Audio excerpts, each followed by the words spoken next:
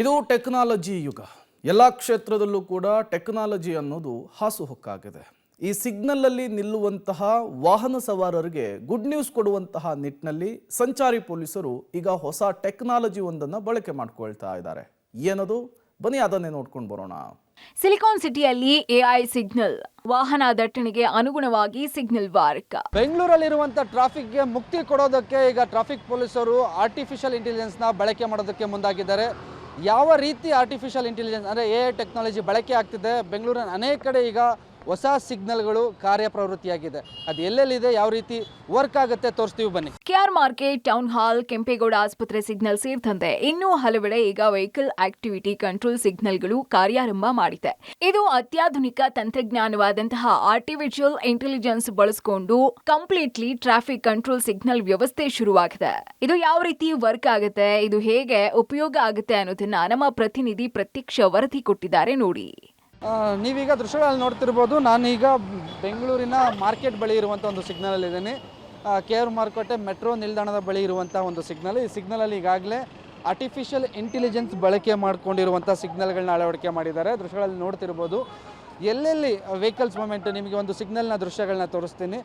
ನೋಡ್ಬೋದು, ಈಗ vehicles moment ಆಗ್ತಾ ಇದೆ. ಇದು ಮಾರ್ಕೆಟ್ಗೆ ಎಂಟ್ರಿ ಆಗ್ತಿರುವಂಥ ರಸ್ತೆಯ ಸಿಗ್ನಲ್, ಅಂದರೆ ಗ್ರೀನ್ ಬಿಟ್ಟಿದೆ, ಆ ವೆಹಿಕಲ್ಸ್ ಮೂವ್ ಆಗ್ತಿದೆ. ಮತ್ತೊಂದು ಕಡೆ ಏನು ನಿಮಗೆ ಸಿಗ್ನಲ್ ನಿಮಗೆ ದೃಶ್ಯದಲ್ಲಿ ಕಾಣಿಸುತ್ತೆ, ಸ್ಟಾಪ್ ಅಂತ ಏನು ರೆಡ್ಡಲ್ಲಿ ಕಾಣಿಸ್ತಿದೆ, VAC ಅಂತ ಒಂದು ವರ್ಡಿಂಗ್ ಕಾಣಿಸ್ತಿದೆ. VAC ಅಂದರೆ ವೆಹಿಕಲ್ ಆಕ್ಟಿವಿಟಿ ಕಂಟ್ರೋಲಿಂಗ್ ಅಂತ. ಅಂದರೆ ಎಷ್ಟು ವೆಹಿಕಲ್ಸ್ಗಳು ಯಾವ ಮಾರ್ಗದಲ್ಲಿದೆ ಅದನ್ನು ಕಂಟ್ರೋಲ್ ಮಾಡ್ತಿದ್ದೀವಿ ಅಂತ. ಈಗ ಇನ್ನೂ ರೆಡ್ ಸಿಗ್ನಲಲ್ಲಿದೆ. ಮತ್ತೊಂದು ಭಾಗದಲ್ಲಿ ಸಿಗ್ನಲ್ನ ಮೂವ್ಮೆಂಟ್ಸ್ ಏನಾಗ್ತಿದೆ ಆ ದೃಶ್ಯಗಳನ್ನ ನೋಡ್ಬೋದು. ಪ್ರತಿ ಸಿಗ್ನಲ್ಗಳಲ್ಲೂ ಈ ರೀತಿಯ ಒಂದು ಆರ್ಟಿಫಿಷಿಯಲ್ ಇಂಟೆಲಿಜೆನ್ಸ್ನ ಕ್ಯಾಮ್ರಾಗಳ ಮೂಲಕ ಸಿಗ್ನಲ್ಗಳು ಯಾವ ರೀತಿ ವರ್ಕ್ ಆಗಬೇಕು ಅಂದರೆ, ವೆಹಿಕಲ್ಸ್ ಜಾಸ್ತಿ ಇದ್ದಾಗ ಸಿಗ್ನಲ್ ಆಟೋಮೆಟಿಕ್ಕಾಗಿ ಓಪನ್ ಆಗುತ್ತೆ. ವೆಹಿಕಲ್ಸ್ ಕಮ್ಮಿ ಆಗ್ತಿದ್ದಾಗೆ ಸಿಗ್ನಲ್ಲು ಡ್ರಾಪ್ ಆಗುತ್ತೆ, ಅಂದರೆ ರೆಡ್ ಸಿಗ್ನಲ್ ಬರುತ್ತೆ. ರೆಡ್ ಸಿಗ್ನಲ್ ಬರೋದಕ್ಕಿಂತ ಮುಂಚೆ ವೆಯ್ಟ್ ಅಂತ ಒಂದು ಎಲ್ಲೋ ಏನು ಸಿಗ್ನಲ್ ಇದೆ ಆ ಸಿಗ್ನಲ್ ಕೊಟ್ಟು ಆನಂತರ ಸಿಗ್ನಲ್ಲು ಸ್ಟಾಪ್ ಆಗುತ್ತೆ. ಈ ಸಿಗ್ನಲ್ಗಳನ್ನ ಕಂಟ್ರೋಲ್ ಮಾಡೋದಕ್ಕೆ ಇಲ್ಲೊಂದು ಕಂಟ್ರೋಲ್ ಯೂನಿಟ್ ಬಾಕ್ಸ್ ಕೂಡ ಇಟ್ಕೊಂಡಿರುವಂಥದ್ದು. ಈ ಕಂಟ್ರೋಲ್ ಯೂನಿಟ್ ಬಾಕ್ಸ್ ಏನಿದೆ ಇಲ್ಲಿ ಮ್ಯಾನ್ಯುಯಲ್ಲು ಕೂಡ ಆಪರೇಟ್ ಮಾಡ್ಬೋದು. ಇಲ್ಲಿ ಟ್ರಾಫಿಕ್ ಪೊಲೀಸರು ಖುದ್ದು ನಿಂತ್ಕೊಂಡು ಈ ಸಿಗ್ನಲ್ನ ಆಟೋಮೆಟಿಕ್ ಆಗಿರೋದನ್ನು ಮ್ಯಾನ್ಯುಯಲಿ ಕೂಡ ಆಪರೇಟ್ ಮಾಡ್ತಾರೆ. ಈ ಹಿಂದೆ ಯಾವ ರೀತಿ ವರ್ಕ್ ಆಗ್ತಿತ್ತು ಅಂದರೆ, ಪ್ರತಿ ಟ್ರಾಫಿಕ್ ಸಿಗ್ನಲ್ಗಳಲ್ಲೂ ಸಹ ಇಂತಿಷ್ಟು ಸೆಕೆಂಡ್ಗಳು ಅಂತ, ಒಂದು ಸಿಗ್ನಲ್ಗೆ ಒಂದು 60 ಸೆಕೆಂಡ್ಗಳು ರೆಡ್ ಬೀಳುವಂಥದ್ದು, ಆನಂತರ ವೆಹಿಕಲ್ ಮೂವ್ಮೆಂಟ್ ಆಗುವಂಥದ್ದು ಮಾಡ್ತಿದ್ರು.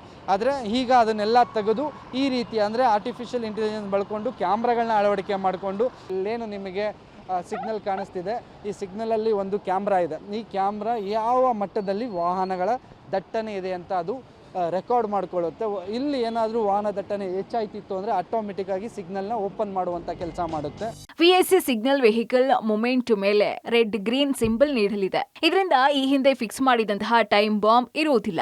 ಇದರಿಂದ ಯಾವ ಮಾರ್ಗದಲ್ಲಿ ವಾಹನ ಹೆಚ್ಚಾಗಿರುತ್ತೋ ಆ ಲೈನ್ ಗ್ರೀನ್ ಬರುತ್ತೆ. ಜೊತೆಗೆ ಇದರಿಂದ ಟ್ರಾಫಿಕ್ ದಟ್ಟಣೆ ಕೂಡ ಕಡಿಮೆಯಾಗಲಿದೆ. ಇದೇ ಮಾದರಿಯ ಸಿಗ್ನಲ್ ಎಲ್ಲಾ ಕಡೆ ಮಾಡಬೇಕು. ವಾಹನ ಸವಾರರು ಕೂಡ ಇದನ್ನ ಫಾಲೋ ಮಾಡಬೇಕು. ಇದರಿಂದ ಅನುಕೂಲ ಆಗುತ್ತೆ ಅಂತಿದ್ದಾರೆ ವಾಹನ ಸವಾರರು. ಇದು ಯೂಸ್ ಮಾಡೋದು ಒಳ್ಳೇದೇನೆ, ಯಾಕಂದರೆ ಸಿಗ್ನಲ್ ಜಂಪ್ ಮಾಡೋಕ್ಕಾಗಲ್ಲ, ಎಲ್ಲ ಇದಾಗುತ್ತೆ. ಟ್ರಾಫಿಕ್ ಜಾಸ್ತಿ ಜಾಮ್ ಆಗಲ್ಲ, ಅದೇ ಟ್ರಾಫಿಕ್ ಕ್ಲಿಯರ್ ಆಗುತ್ತೆ, ತುಂಬ ಅನುಕೂಲ ಆಗುತ್ತೆ. ಇದು ಹೊಸ ಟೆಕ್ನಾಲಜಿ ಹಾಕೋದು ಒಳ್ಳೇದೇ, ಬಟ್ ಇವೆಲ್ಲ ಭಾರಿ ಸೂಕ್ಷ್ಮ. ಒಂದು ಸ್ವಲ್ಪ ಮುಂದೆ ಹೋಯ್ತು, ಒಂದು ಸ್ವಲ್ಪ ಹಿಂದೆ ಬಂತು ಅಂದರೆ ಲಾಕ್ ಆಗುತ್ತೆ. ಅದೊಂದು ಕಡಿಮೆ ಆಗುತ್ತೆ, ಇನ್ನು ಅದ್ರ ಬಿಟ್ಟು ಇನ್ನೇನು ಆಗಲ್ಲ. ನಮ್ಗೊಂದು ಸ್ವಲ್ಪ ಹೊಡ್ತಾನೆ ಇದು, ಯಾಕೆ ಗೊತ್ತಾ, ಮುಂಚೆ ಟೆಕ್ನಾಲಜಿ ಏನು ಇದ್ದಿರಲಿಲ್ಲ, ಇದು ಫಾಸ್ಟ್ ಇದೆ. ಒಂದು ಸ್ವಲ್ಪ ಆಟೋಮೆಟಿಕ್ ಮಾಡಿರೋದು ತುಂಬ ಒಳ್ಳೆಯದು ಜನಗಳಿಗೆ. ಯಾವುದು ವೆಹಿಕಲ್ಸ್ ಜಾಸ್ತಿ ಹೋಗ್ತಾ ಇರುತ್ತೋ ಆ ಕಡೆ ಸಿಗ್ನಲ್ ಎಷ್ಟೊತ್ತಾದ್ರು ಹೋಗೋವರೆಗೂ ನಿಲ್ಲೋದಿಲ್ಲ ಅಂದರೆ ಅದಕ್ಕೊಂದು ಟೈಮ್ ಇರಬೇಕಲ್ಲ. ಪರ್ಟಿಕ್ಯುಲರ್ ಮ್ಯಾಕ್ಸಿಮಮ್ 2 ಮಿನಿಟ್ಸ್ ಆದರೆ okay, no problem. It's good for the good sign to the Bengaluru city. ಯಾಕೆಂದರೆ density of the vehicles, signals, traffic jamming avoid ಆಗುತ್ತೆ. ಈ ಎಐ ಸಿಗ್ನಲ್ಗಳು ಹೇಗೆ ಪರಿಣಾಮಕಾರಿಯಾಗಲಿದೆ ಅನ್ನೋದಕ್ಕೆ ಬೆಂಗಳೂರಿನ ಎಲ್ಲಾ ಸಿಗ್ನಲ್ಗಳಲ್ಲಿ ಇದು ಚಾಲ್ತಿ ಆಗಬೇಕು. ಆಗಲೇ ಇದರ ಸಂಪೂರ್ಣ ಲಾಭ ತಿಳಿಯೋದು ಹಾಗೂ ಉಪಯೋಗ ಆಗುವುದು.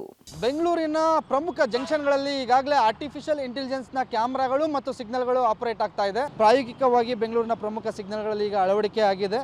ಇನ್ನು ಮುಂದೆ ಬಹುತೇಕ ಬೆಂಗಳೂರಲ್ಲಿ ಪ್ರಮುಖ ಸಿಗ್ನಲ್ಗಳಲ್ಲಿ ಈ ಆರ್ಟಿಫಿಷಿಯಲ್ ಸಿಗ್ನಲ್ಗಳು ಆಪರೇಟ್ ಆಗೋದಕ್ಕೆ ಬೆಂಗಳೂರು ನಗರ ಟ್ರಾಫಿಕ್ ಪೊಲೀಸರು ಚಿಂತನೆ ನಡೆಸಿಕೊಂಡು ಈ ಸಿಗ್ನಲ್ಗಳನ್ನು ಅಳವಡಿಕೆ ಮಾಡುವಂಥ ಕೆಲಸನೂ ಸಹ ಶುರು ಮಾಡ್ಕೊಂಡಿದ್ದಾರೆ. ಇದು ಎಷ್ಟರ ಮಟ್ಟಿಗೆ ಟ್ರಾಫಿಕ್ ಕಂಟ್ರೋಲ್ ಮಾಡುತ್ತೆ ಅನ್ನೋದನ್ನು ಕಾದು ನೋಡಬೇಕಿದೆ. ಕ್ಯಾಮ್ರಾ ಪರ್ಸನ್ ಸುಹಾಸ್ ಜೊತೆಗೆ ಮಾರುತಿ, ಪಬ್ಲಿಕ್ ಟಿವಿ, ಬೆಂಗಳೂರು.